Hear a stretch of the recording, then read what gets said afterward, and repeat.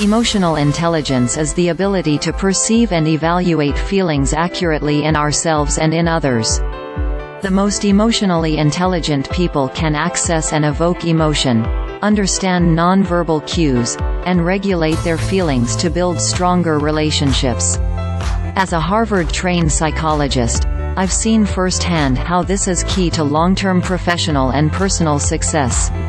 So how can you tell if you need to work on these skills? If you use any of these 7 phrases, you may have low emotional intelligence. Emotional intelligence is associated with an ability to change over time as you learn and grow. People with low emotional intelligence are often more rigid and will fight efforts to shift or evolve. Strong convictions are important, but so is being open to new possibilities. What to say instead? I need to think more about what you're saying. I want to be open to feedback about myself, even when it's hard to hear. Having a blatant disregard for other people's feelings is a sign of low emotional intelligence.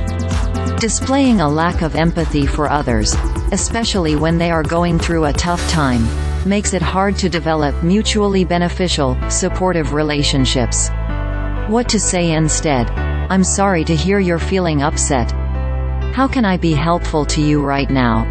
People with strong emotional intelligence don't blame the outside world for their feelings.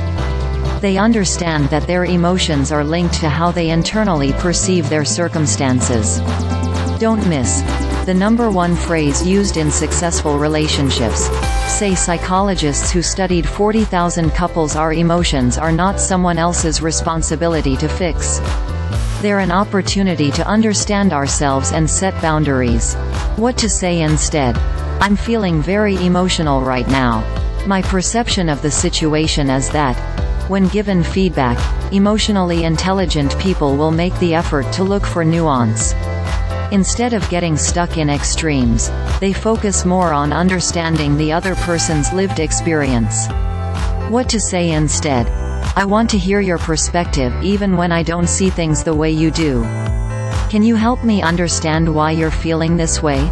Being able to hear someone else's experience without overreacting or taking it personally is a key sign of emotional intelligence. It means that you have a high sense of self-awareness and self-esteem. What to say instead? I understand you're really struggling right now. Although I hear that you're upset with me, I think that your reaction may have more to do with your past than it does with what I'm doing right now.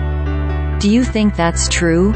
Emotionally intelligent people can put themselves in someone else's shoes. This makes them more open to forgive the other person for any perceived mistakes, compared to someone who is less secure. What to say instead? I'm having a hard time forgiving you right now.